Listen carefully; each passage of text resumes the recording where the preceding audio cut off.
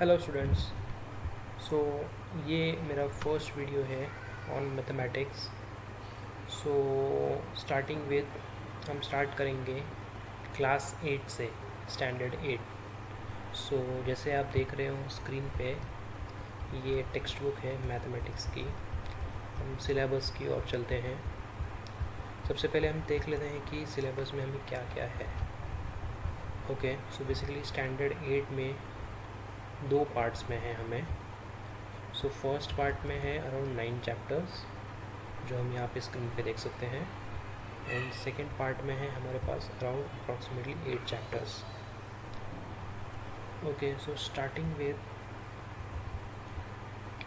सो आज हम स्टार्ट करेंगे चैप्टर नंबर 10 से, which is division of polynomial. So मैं सभी व्यूअर से रिक्वेस्ट करना चाहूँगा, अगर आप स्टूडेंट हो तो आप, और अगर ये चैप्टर आपके सिलेबस में है तो आप ये ज़रूर देखिए। अगर ये आपके जूनियर्स के सिलेबस में है तो आप आपके जूनियर्स को या फिर आपके छोटे भाई बहन को आप ये रिकमेंड कीजिए ये वीडियोस, ताकि उन्हें भी इनसे सीखने मिले। एंड अगर आप छोटे हो, अगर आपको लगता है आपके बड़े भाई बहन के सिलेबस में ये है, तो आप उन्हें ये रिकमेंड कीजिए। ओके, सो हम बढ़ते हैं चैप्टर नंबर 10 की तरफ, विच is division of polynomials. So starting पे, सो जैसे मैंने आपको बोला कि ये मेरा फर्स्ट वीडियो लेक्चर है। So we are starting with class 8 chapter number 10 division of polynomial. तो सिमिलरली मैं यहाँ पे बाकी के चैप्टर्स कवर अप करूँगा, चैप्टर 11, 12, 1, 2, 3, 4, जो भी सीक्वेंस में मुझे ठीक लगे। अगर आपको कोई चैप्टर्स कवर पहले करना है, लाइक अगर इसके बाद फॉर एग्ज़ाम्पल मैं अगर प्लान कर रहा हूँ to cover up this chapter, but अगर आपको लगता है कि ये आपको नहीं चाहिए for the time being, and you want me to cover this chapter which is this chapter number 12, और you want me to cover this chapter और any of the chapter, so आप कमेंट करके इस वीडियो में आप मुझे बताइए कि मैं इसके बाद कौन सा चैप्टर कवर अप करूँ। सो देन उसके बेसिस पे देन मैं उसके ऊपर वीडियोज़ बनाना स्टार्ट कर दूँगा। Okay, so let's start without wasting more time, let's start. Okay, तो सबसे पहले डिवीजन ऑफ पॉलिनोमियल। ओके, तो सबसे पहले हम समझते हैं कि पॉलिनोमियल होता क्या है। अगर हम यहाँ पे स्लोली नीचे आ जाए, या सो यहाँ पे हमारे पास पॉलिनोमियल का एक डेफिनेशन दिया हुआ है, विच इज़ दिस वन, जहाँ पे मेंशन किया हुआ है कि if index of each term of an algebraic expression in one variable is a whole number, then the expression is called a polynomial. Okay, अब हम इसके हर एक टर्म्स को, हर एक वर्ड को पहले समझते हैं कि बेसिकली इन्होंने बोला क्या है एंड इसका मीनिंग क्या निकल के आता है फाइनली। ओके, सो सबसे पहले आता है टर्म इंडेक्स। सबसे बेसिकली इंडेक्स होता क्या है, अगर आप यहाँ पे देखोगे, ठीक है, डेफिनेशन के नीचे कुछ एक एल्जेब्रिक एक्सप्रेशन दिया है। एल्जेब्रिक एक्सप्रेशन इज़ बेसिकली जहाँ पे हमें combination of numbers and alphabet के यूज़ से एक एक्सप्रेशन को डिफ़ाइन किया जाता है, उसे हम बोलते हैं algebraic expression. Like for example यहाँ पे है x² + 2x + 3, ये एक एल्जेब्रिक एक्सप्रेशन है। यहाँ पे सेकंड है 3y³ + 2y² + y + 5, ये हमारा सेकंड एल्जेब्रिक एक्सप्रेशन है। सो इसे हम कहते हैं एल्जेब्रिक एक्सप्रेशन। अब हम बात कर रहे थे इंडेक्स की। सो बेसिकली इंडेक्स क्या होता है, तो अब ये केस में आप अगर वेरिएबल वाला टर्म देखें, जैसे यहाँ पे x² हो गया, यहाँ पे 2x हो गया, यहाँ पे 3y³ हो गया, यहाँ पे 2y² हो गया एंड यहाँ पे y हो गया, तो ये वेरिएबल वाले टर्म में जो एक्सपोनेंशियल नंबर है उसे हम कहते हैं इंडेक्स। लाइक यहाँ पे x² है, तो ये जो 2 है, x⁻², तो ये जो r⁻² नंबर है उसे हम बोलते हैं इंडेक्स। अब जैसे यहाँ पे 2x है, तो क्या हम ये कहें कि यहाँ पे इंडेक्स नहीं है? जी नहीं, यहाँ पे भी इंडेक्स है। तो जिस भी वेरिएबल टर्म में इंडेक्स कुछ भी नहीं मेंशन किया हुआ है, वो बाय डिफ़ॉल्ट 1 होता है। सो बेसिकली जैसे यहाँ पे x⁻², तो इसका इंडेक्स 2 हो गया, वैसे यहाँ पे इसका इंडेक्स कुछ भी नहीं है, मतलब 1 है। ओके, सेम वे में यहाँ पे y के एक्सपोनेंशियल फॉर्म में कोई भी नंबर नहीं है, मीन्स यहाँ पे 1 है। ओके, हाँ, तो हमें इंडेक्स का मतलब समझ गया कि वेरिएबल का एक्सपोनेंशियल नंबर को हम इंडेक्स बोलते हैं। ऑफ ईच टर्म, अब डेफिनेशन में बोला है if index of each term. अब ये एग्जांपल में ये जो एक्स स्क्वायर है ये हमारा एक टर्म है एक्स स्क्वायर, ये हमारा सेकेंड टर्म है 2x, एंड ये हमारा थर्ड टर्म कॉन्स्टेंट टर्म है। अब हमें क्या बोला है, if index of each term of an algebraic expression, अगर index of each term of an algebraic expression in one variable is a whole number, तो then that expression is called a polynomial. अब whole number क्या होता है, whole number basically a positive number होता है which can be anywhere from 0 to infinity. तो basically whole number start होता है फ्रॉम 0। ओके, या अब यहाँ पे एक टर्म मेंशन किया हुआ है algebraic expression in one variable. अब वन वेरिएबल क्या होता है, अब जैसे x एक सिंगल वेरिएबल है, यहाँ पे भी x सिंगल वेरिएबल है। अगर इस पूरे एल्जेब्रिक एक्सप्रेशन में सिंगल वेरिएबल यूज़ किया है, means only one variable use किया है, जैसे कि यहाँ के केस में यूज़ किया है x, तो इसे हम बोलते हैं algebraic expression in one variable. यहाँ पे भी देखिए, यहाँ पे सिर्फ y यूज़ किया है और कोई अल्फ़ाबेट यूज़ नहीं किया है, सो ये भी हो गया हमारा algebraic expression in one variable. तो अब ये फॉर डेफिनेशन क्या बोलना चाहता है हमें, डेफिनेशन हमें बोल रहा है अगर एल्जेब्रिक एक्सप्रेशन के सभी वेरिएबल टर्म्स के इंडेक्स अगर हमारे पॉजिटिव नंबर है, होल नंबर है, बेसिकली पॉजिटिव नंबर है, मीन्स फ्रैक्शन में नहीं है या पॉइंट में नहीं है, स्क्वायर रूट, क्यूब रूट, उस फॉर्म में नहीं है, तो वो हमारा हो जाता है एक्सप्रेशन को हम पॉलिनोमियल बोल सकते हैं। ओके, आप एक बार फिर से एक बार ध्यान से देख लीजिए। If index of each term of an algebraic expression in one variable is a whole number, then the expression is called polynomial। अगर इस टर्म के सभी वेरिएबल के इंडेक्स पॉजिटिव है तो मैं इस टर्म को पॉलिनोमियल बोल सकता हूँ। इन शॉर्ट सेम यहाँ पे, अगर इस टर्म के इस एल्जेब्रिक एक्सप्रेशन के सभी टर्म के वेरिएबल के इंडेक्स पॉजिटिव है तो मैं इसे एल्जेब्रिक एक्सप्रेशन बोल सकता हूँ। तो क्या सभी पॉजिटिव है, यस, यहाँ पे 3 है, यहाँ पे 2 है, यहाँ पे कुछ नहीं है तो मीन्स 1 है, जिसे अभी हमने थोड़ी देर पहले बताया था। यहाँ पे 1 है मीन्स पॉजिटिव है, सो ये एक एल्जेब्रिक एक्सप्रेशन है। सिमिलर वे में ये भी एक एल्जेब्रिक एक्सप्रेशन है। ओके, तो अब आगे बढ़ते हैं। अब जैसे जैसे मैं वीडियो बनाऊँगा, नॉट नेसेसरी कि मैं सिर्फ उस टॉपिक को ही कवर करूँ, कभी कभी ऐसे भी हो सकता है कि मीन्स मैं विद इन दैट वीडियो कुछ आपको एडिशनल या फिर कुछ छोटी छोटी चीज़ें बताते रहूँ। अब जैसे यहाँ पे मैं बताने वाला हूँ, अब फॉर एग्ज़ाम्पल अगर आप ये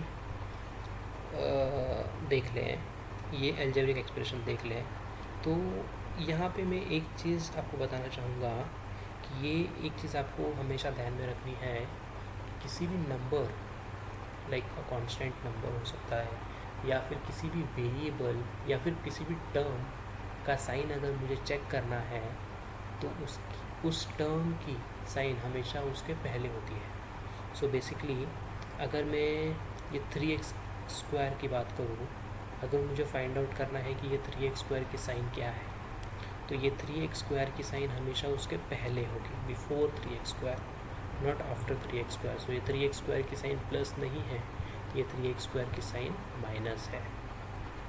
ओके, तो ये एक चीज़ में मेंशन, ये ध्यान में रखना, यहाँ पे बहुत लोग मिस्टेक करते हैं, बिकॉज जब हम एल्जेब्रिक एक्सप्रेशन सॉल्व करते हैं तो साइन का बहुत क्रूशियल रोल होता है, और अगर आपने मिस्टेक कर दी तो आपका सम रॉन्ग हो सकता है जी। तो सिमिलर वे में अगर मैं बात करूँ तो 4x के पास तो साइन ही नहीं है, तो इसकी साइन क्या होगी, करेक्ट, किसी के मन में आ सकता है। तो अगर किसी भी नंबर के पास साइन नहीं है या किसी टर्म के पास साइन नहीं है उसके पहले, तो it is by default positive sign. तो अगर हम यहाँ पे देखेंगे इसके नेक्स्ट स्टेप में, जब ये सॉल्व किया है तो 4x की साइन पॉजिटिव है। ओके, या अब हम आगे बढ़ने से पहले एक और चीज़ मैं आपको बताना चाहूँगा जो which is not related to this chapter, वो है जब भी हम ब्रैकेट सॉल्व करते हैं अलजेब्रिक एक्सप्रेशन या किसी भी टर्म में, किसी भी अलजेब्रिक एक्सप्रेशन में। सो जब भी हम ब्रैकेट सॉल्व, अब ये हम ब्रैकेट सॉल्व करना है हमें, करेक्ट। तो अगर ब्रैकेट के पहले नेगेटिव साइन आप देख रहे हो तो आपको ये ध्यान रखना है कि ब्रैकेट के अंदर की सभी साइन ऑपोजिट डायरेक्शन में चेंज हो जाएगी। क्यों? बिकॉज ये माइनस साइन उन साइन से मल्टीप्लाई होता है और मल्टीप्लाई होके जो ब्रैकेट में साइन है वो ऑपोजिट डायरेक्शन में ऑटोमेटिकली चेंज हो जाती है। अब फॉर एग्जांपल यहाँ पे 3x² की साइन क्या है, ये माइनस नहीं है, ये 3x² की साइन ये ब्रैकेट के अंदर ही हो सकती है बिकॉज यहाँ पे ब्रैकेट है, तो ये बाहर की साइन हम नहीं बोल सकते हैं कि ये 3x² की साइन नेगेटिव है। और यहाँ पे 3x² के पहले कुछ भी नहीं है, मीन्स बाय डिफ़ॉल्ट ये प्लस है। तो प्लस माइनस को अगर हम मल्टीप्लाई करेंगे तो वो माइनस होगा, जो कि आप यहाँ पे रिफ्लेक्ट होते हुए देख सकते हैं। अब जैसे ये माइनस माइनस प्लस होगा तो ये माइनस माइनस प्लस होगा, तो ये आप प्लस यहाँ पे देख सकते हो। ये प्लस माइनस माइनस होगा तो वो माइनस आप यहाँ पे देख सकते हो -8। ओके, ठीक है। अब नेक्स्ट हम आगे बढ़ते हैं।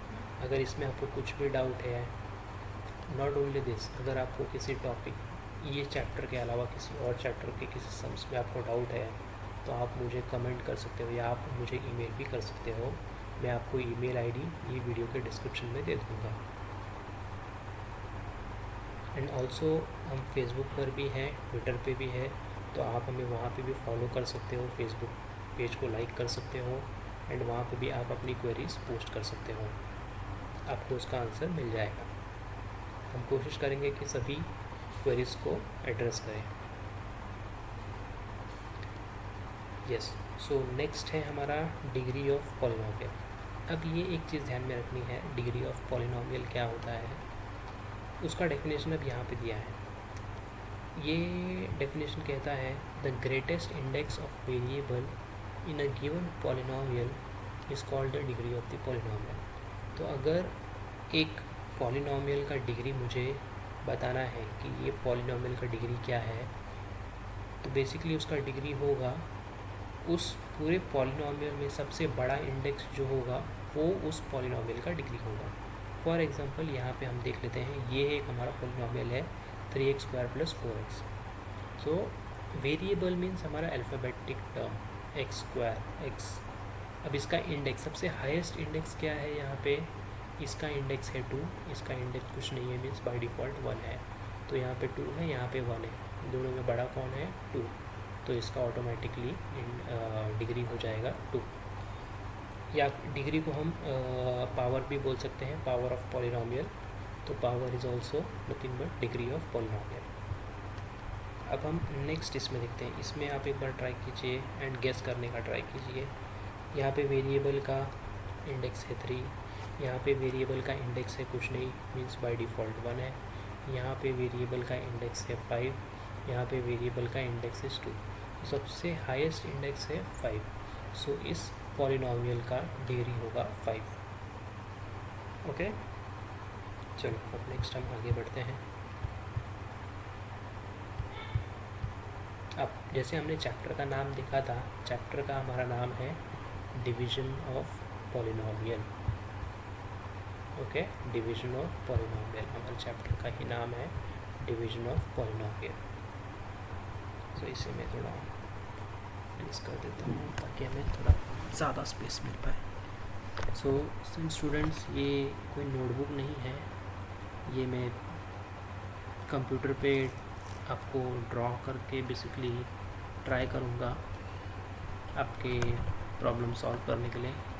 तो राइटिंग में थोड़ी डिफ़िकल्टी होगी मुझे, but that's okay for me, so please bear with me. या सो ये हमारा है first exercise which is practice set number 10.2। अब हमें यहाँ पे बोला है डिवाइड हमें करना है इन क्वेश्चंस को एंड हमें आंसर में देना है right question and reminder.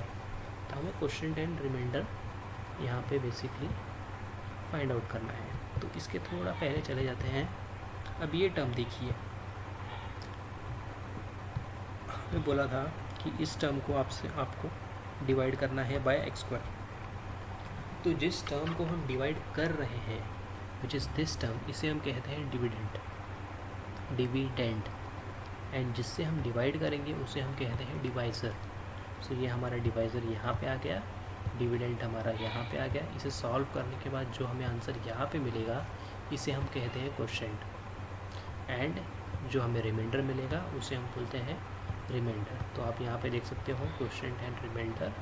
Quotient हमारा आ रहा है यहाँ से एंड ये हमारा है रिमाइंडर। ओके, तो हम बढ़ते हैं प्रॉब्लम्स की तरफ। ओके, तो काफ़ी नीचे आ गए।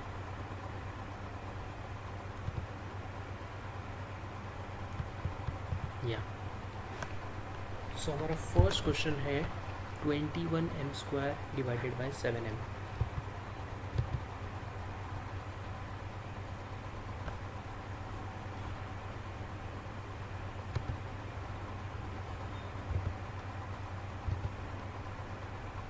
सो हमारा फर्स्ट क्वेश्चन है 21m²। ये शायद आपने लास्ट ईयर भी किया होगा, 21m² डिवाइडेड बाय 7m। अब हमें यहाँ पे बेसिकली फाइंड करना है क्वोशिएंट एंड रिमाइंडर।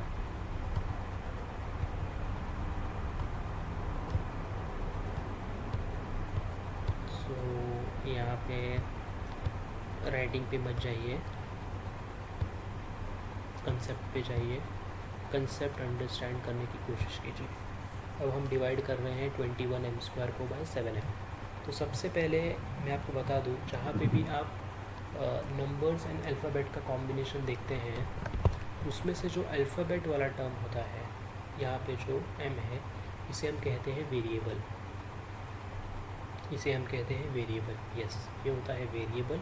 यहाँ पे भी हमारा वेरिएबल है m² एंड यहाँ पे m। एंड जो नंबर वाला टर्म होता है उसे हम कहते हैं कोएफिशिएंट। यस, 7 है यहाँ पे कोएफिशिएंट एंड यहाँ पे इसका कोएफिशिएंट है 21। सो अब जब हम डिवाइड करेंगे तो हमें ये दोनों कोएफिशिएंट एंड वेरिएबल को डिवाइड करना है बाय कोएफिशिएंट एंड वेरिएबल से। सबसे पहले हम कोएफिशिएंट को डिवाइड करने की कोशिश करेंगे। तो 7 को हम किससे मल्टीप्लाई करेंगे, 21 मिलेगा। बेसिकली 7 के टेबल में 21 कहाँ पे है, तो ये सभी को पता है, 7 3 21। एंड अब यहाँ पे थोड़ा ट्रिकी है, m को हम किससे मल्टीप्लाई करेंगे, हमें m² मिलेगा। सो बेसिकली अगर हम m को m से मल्टीप्लाई करेंगे तो ही हमें m² मिल सकता है, किसी और टर्म से मल्टीप्लाई करेंगे तो नहीं होगा। तो बेसिकली इसका इंडेक्स 1 है, यहाँ पे भी इंडेक्स 1 है एंड यहाँ पे मल्टीप्लिकेशन है, तो ये इंडेक्स हमारे ऐड हो जाएंगे अगर हमारा बेस सेम होता है तो। So m into m is m²। So यहाँ पे m को हम अगर m से मल्टीप्लाई करेंगे तो हमें यहाँ पे m² मिलेगा। एंड आपको पता है डिवीज़न के सम्स में हमारा साइन हमेशा यहाँ पे चेंज होता है। तो 21m², तो यहाँ पे बेसिकली पहले प्लस था, यहाँ पे भी प्लस था। अब यहाँ पे प्लस कैसे आया, बिकॉज ये भी प्लस है, ये भी प्लस है, तो प्लस प्लस प्लस जो यहाँ पे आ गया एंड इसकी साइन चेंज हो गई, माइनस हो गई, अपोजिट साइन हो जाएगी इसकी। तो अब हमें सॉल्व करना है 21m² को -21m² से। तो 21 - 21 इज 0। सो बेसिकली ये पूरा टर्म कट हो जाएगा एंड हमारा आंसर मिलेगा हमें 0।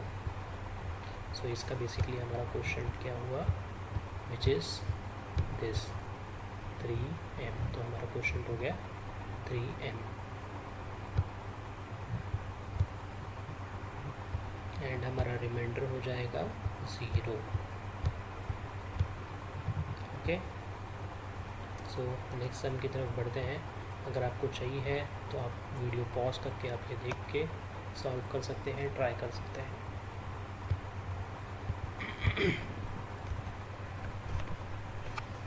सॉरी स्टूडेंट्स, थोड़ी तबीयत ख़राब है मेरी। सेकंड सम है हमारा 40AQ।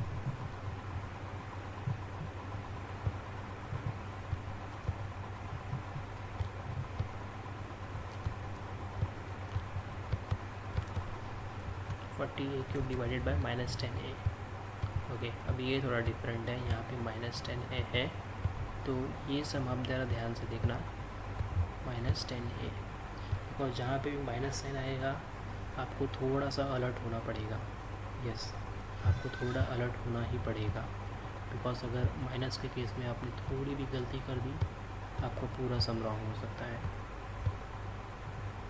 तो यहाँ पे आ जाएगा हमारा -10a, एंड यहाँ पे हमें इसे डिवाइड करना है बाय 40a³। बेसिकली 40a³ को हमें डिवाइड करना है by -10a। So for better understanding, यहाँ पे कोई साइन नहीं है तो मीन्स बाय डिफ़ॉल्ट प्लस है, तो मैं इसे यहाँ पे प्लस लिख देता हूँ। ओके, चलो अब नेक्स्ट पढ़ते हैं आगे।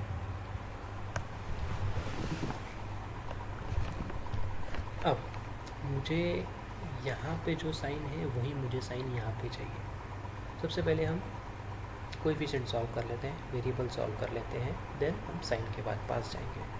तो 10 के टेबल में हमें चाहिए 40, तो ये 10 तो सबसे ईजी टेबल है, तो कोई बता सकता है 10 4 सा 40। अब यहाँ पे a है, हमें चाहिए a³, तो a को हम किससे मल्टीप्लाई करेंगे, हमें a³ मिलेगा, दैट इज़ a²। सो ये हो जाएगा a³, a into a² is a³। अब मैंने क्या कहा था, जो साइन यहाँ पे है वही साइन मुझे यहाँ पे चाहिए। सो बेसिकली यहाँ पे मुझे प्लस चाहिए, तो यहाँ पे ऑलरेडी माइनस है, अगर हम यहाँ पे प्लस करेंगे तो प्लस माइनस माइनस हो जाएगा, तो यहाँ पे मुझे माइनस लिखना पड़ेगा। अगर मैं यहाँ पे प्लस रखूँगा तो उससे मेरा काम नहीं होगा, सम सॉल्व नहीं होगा बेसिकली हमारा। सो यहाँ पे माइनस है, अगर मैं यहाँ पे माइनस रखूँ तो माइनस माइनस प्लस, तो मेरा यहाँ पे प्लस हो जाएगा अगर मैं यहाँ पे माइनस रखूँ तो। एंड इसकी साइन चेंज हो जाती है, यहाँ पे माइनस हो जाएगा, एंड ये +40 -40 कट होकर ये पूरा टर्म हमारा ये आंसर 0 आ जाएगा। यहाँ पे आपको साइन का ध्यान रखना है फ्रेंड्स, अगर साइन में हमने थोड़ी भी मिस्टेक की तो हमारा पूरा सम रॉन्ग हो सकता है।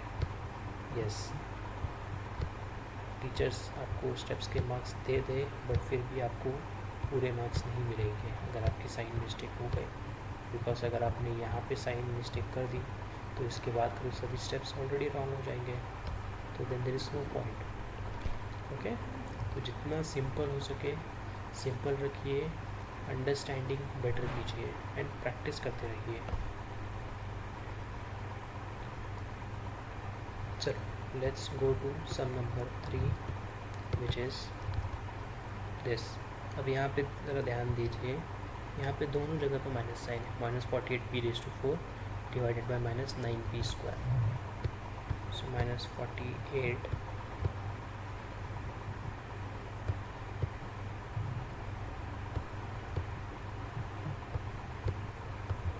इसे मैं ब्रैकेट में ले लेता हूँ, डिवाइडेड बाय -9p²। अब अगर आप यहाँ पे ध्यान से देखें इस सम में, तो स्टार्टिंग के फर्स्ट सम में जो डिविडेंड एंड डिवाइज़र था, तो डिवाइज़र के टेबल में बेसिकली हमारा डिविडेंड था, 10 के टेबल में 40 था, यहाँ पे 7 के टेबल में 21 था। थर्ड सम में अगर हम ध्यान से देखें तो 9 के टेबल में 48 है।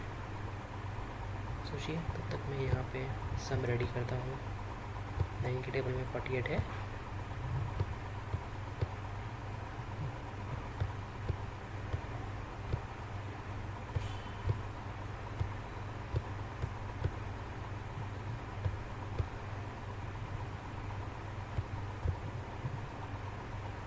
जी। अगर हम ध्यान से देखें टेबल, आपको अगर बाय हार्ट है तो आपको पता होगा कि 9 के टेबल में 48 नहीं है, बिकॉज 9 5 45, 9 6 54, तो 48 तो 9 के टेबल में नहीं आता है। तो आप क्या करेंगे, तो बेसिकली हमें करना क्या है, हमें 9 को ऐसे नंबर से मल्टीप्लाई करना है कि हमें आंसर चाहिए 48। करेक्ट। तो अगर हम 9 को हम यहाँ पे भेज देंगे तो ये बेसिकली मल्टीप्लाई हो रहा है यहाँ पे, तो मल्टीप्लाई अगर इक्वल के ऑपोजिट साइड जाएगा, लेफ्ट हैंड साइड से अगर राइट हैंड साइड मूव हो रहा है तो ये साइन चेंज होएगी, तो मल्टीप्लाई का ये डिवीजन हो जाएगा। सो बेसिकली ये हो जाएगा 48 डिवाइडेड बाय 9। तो अगर आप इसे सॉल्व करें, लेफ्ट हैंड साइड को अगर आप सॉल्व करो तो ये हो जाएगा 9 1 ज़ा 9 1 ज़ा एंड 148 ज़ा 48। तो आपको जो क्वोशिएंट मिलेगा वो होगा ये 48 डिवाइडेड बाय 9। तो बेसिकली 48 डिवाइडेड बाय 9 को आप 9 से मल्टीप्लाई करोगे तो आपको आंसर मिलेगा 48। तो 9 मल्टीप्लाई बाय 48 बाय 9 इज़ 48। तो आपको 48 तो मिल गया। साइन हम बाद में देखेंगे, अब हम वेरिएबल देख लेते हैं पहले। पी स्क्वायर को हम किससे मल्टीप्लाई करेंगे, हमें p⁴ आएगा, दैट इज़ p स्क्वायर। अगर आपको कोई भी कंसेप्ट नहीं समझ रहा है तो आप मुझे प्लीज़ कमेंट कीजिए, मैं आपको उस स्पेसिफिक टॉपिक पे एक सेपरेट वीडियो, शॉर्ट वीडियो बना के मैं आपके साथ शेयर कर दूँगा।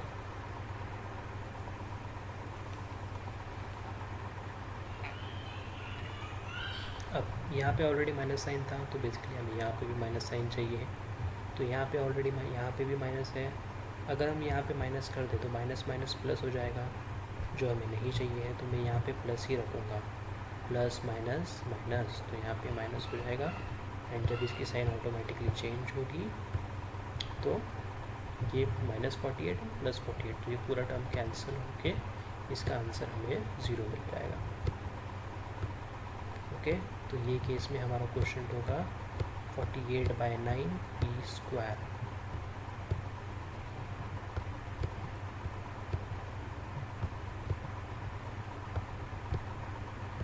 एंड हमारा रिमाइंडर होगा 0। ओके, सो ये था हमारा सम नंबर 3। अब हम बढ़ते हैं सम नंबर 4 की तरफ, which is 40m⁵ divided by 30m³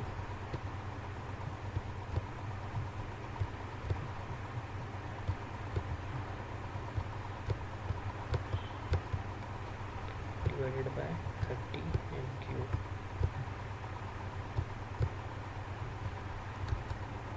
yes, तो जैसे कि इसके पहले वाले सम में हमने देखा था, डिवाइज़र के टेबल में डिविडेंड नहीं है।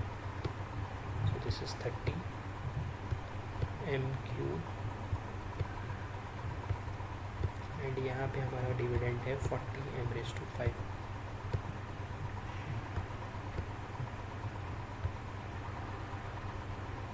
ओके, सो यहाँ पे भी हमें सेम करना होगा। 30 को हम किससे मल्टीप्लाई करें कि हमें आंसर 40 मिले। सो जैसे हम 30 को यहाँ पे भेजेंगे तो डिवाइड हो जाएगा, बिकॉज यहाँ पे मल्टीप्लाई है, तो वो टर्म होगा 40 डिवाइडेड बाय 30। एंड जब ये 0 0 कट हो जाएंगे तो हमारा वो टर्म होगा ओनली 4/3। तो देखो, अगर आप ये सॉल्व करोगे तो 3 1 ज़ा कट होके 3 10 ज़ा 30 हो जाएगा, 10 × 4 40 हो जाएगा। सो यहाँ पे जो हमारा टर्म आएगा वो होगा 4/3। 30 × 4/3 इज़ 40। एंड यहाँ पे हमारा m³ है, m³ को अगर हम m² से मल्टीप्लाई करेंगे तो ही हमें m⁵ मिलेगा, करेक्ट। एंड यहाँ पे साइन का भी कोई प्रॉब्लम नहीं है, तो यहाँ पे माइनस होगा, ये term as it is cancel हो जाएगा एंड हमारा आंसर 0 आ जाएगा। तो देन हमारा ये केस में क्वेश्चन हुआ 4/3m² एंड हमारा रिमाइंडर हुआ 0। ओके, चलते हैं नेक्स्ट सम की तरफ, विच इज़ सम नंबर 5, जो है हमारा ये। यस, अगर आप स्टार्टिंग के 4 सम्स को अगर ध्यान से देखोगे तो मैं आपको एक कंसेप्ट और जस्ट एक रिफ्रेश कर देता हूँ आपको, एक 2-3 टर्मिनोलॉजीज़। अगर आप यहाँ पे देखोगे तो ये होता है, ये है हमारा सिंगल टर्म, यहाँ पे 21m²। यहाँ पे भी है सिंगल टर्म। सेकेंड सम में भी डिविडेंड एंड डिवाइज़र दोनों सिंगल टर्म है। थर्ड सम में भी डिविडेंड डिवाइज़र सिंगल टर्म है। फोर्थ सम में भी डिविडेंड डिवाइज़र सिंगल टर्म है। तो जब ये टर्म सिंगल होते हैं तब हम इन्हें बोलते हैं मोनोमियल। ये आपने सुना होगा प्रीवियस क्लासेस में, प्रीवियस स्टैंडर्ड में, ये होते हैं मोनोमियल। जब ये टर्म दो हो जाते हैं तो इसे हम बोलते हैं बाइनोमियल। यहाँ पे ये अभी भी मोनोमियल है, यहाँ पे ये बाइनोमियल है, ये मोनोमियल है। और जब ये टर्म तीन टर्म्स हो जाते हैं एक साथ तो उसे हम बोलते हैं ट्राइनोमियल। तो ये ट्राइनोमियल है, ये मोनोमियल है। यहाँ पे भी ये ट्राइनोमियल है, ये है मोनोमियल। अब ये चार टर्म्स मोर देन 3 है तो इसे हम पॉलिनोमियल बोल सकते हैं। Polynomial divided by monomial, polynomial divided by monomial. यहाँ पे भी चार term divided by single term which is called monomial.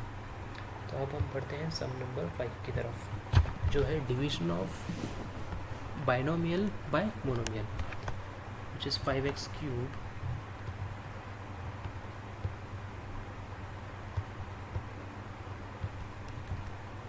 minus 3x²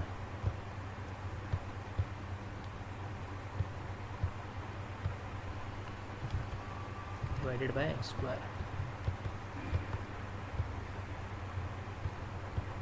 okay, अब हमें डिवाइड करना है बाइनोमियल को बाय मोनोमियल। सो यहाँ पे सबसे पहले हम x² ले लेते हैं डिवाइज़र में, डिविडेंड में हम ये टर्म ले लेते हैं 5x³ एंड यहाँ पे 3x²। ओके, तो सबसे पहले यहाँ पे आप देखो कोएफिशिएंट कुछ भी नहीं है, दैट मीनिंग ये बाय डिफ़ॉल्ट 1 है। तो 1 5 सा 5। अब x² को आप किससे मल्टीप्लाई करोगे आपको x³ मिलेगा, that is x square into x is x³। ये टर्म माइनस साइन चेंज हो जाएगी एंड ये कैंसिल हो जाएगा। अब ये टर्म हम नीचे ले लेंगे विच इज़ 3x²। अब ये केसेस में आपको ध्यान रखना है कि जब भी आप ये टर्म नीचे लोगे तो आपको उसके साथ उसकी साइन को भी साथ में नीचे लेना है। तो ये सिर्फ 3x² नहीं है, ये -3x² है। तो अगर आपने साइन नहीं लिया तो आपका सम रॉन्ग हो जाएगा, बिकॉज अगर आपने साइन नहीं लिया मीन्स बाय डिफ़ॉल्ट वो प्लस आप उसे कंसिडर करके आगे सॉल्व करते जाओगे। ओके या अब नेक्स्ट है हमें यहाँ पे x² को मल्टीप्लाई करना है। सबसे पहले हम कोएफिशिएंट लिख लेते हैं। अब ये साइन यहाँ ऊपर भी जाएगी बिकॉज हमें सेम साइन चाहिए यहाँ पे, तो 1 3 ज़ा ही 3 होगा एंड ये यहाँ पे प्लस है, यहाँ पे माइनस है तो ये भी माइनस होगा। एंड x² को आप अब किससे मल्टीप्लाई करोगे कि आपको x² ही मिले, किसी से नहीं, 1 से बेसिकली। तो आप यहाँ पे 1 लिखोगे तो भी ठीक है, नहीं लिखोगे तो भी ठीक है। तो ये होगा 3x²। यहाँ पे साइन चेंज हो जाएगी। अब हम सॉल्व कर रहे हैं -3x² एंड ये +3x²। सो जो कैंसिल होके हमारा पूरा टर्म कैंसिल हो जाएगा एंड हमें आंसर मिलेगा 0। सो यहाँ पे बेसिकली हमारा क्वेश्चन हुआ 5x -3 एंड हमारा रिमाइंडर हुआ 0, जो अभी हमने थोड़ी देर पहले यहाँ पे देखा 0। ओके, तो हमारा क्वेश्चन हुआ 5x -3 एंड रिमाइंडर हुआ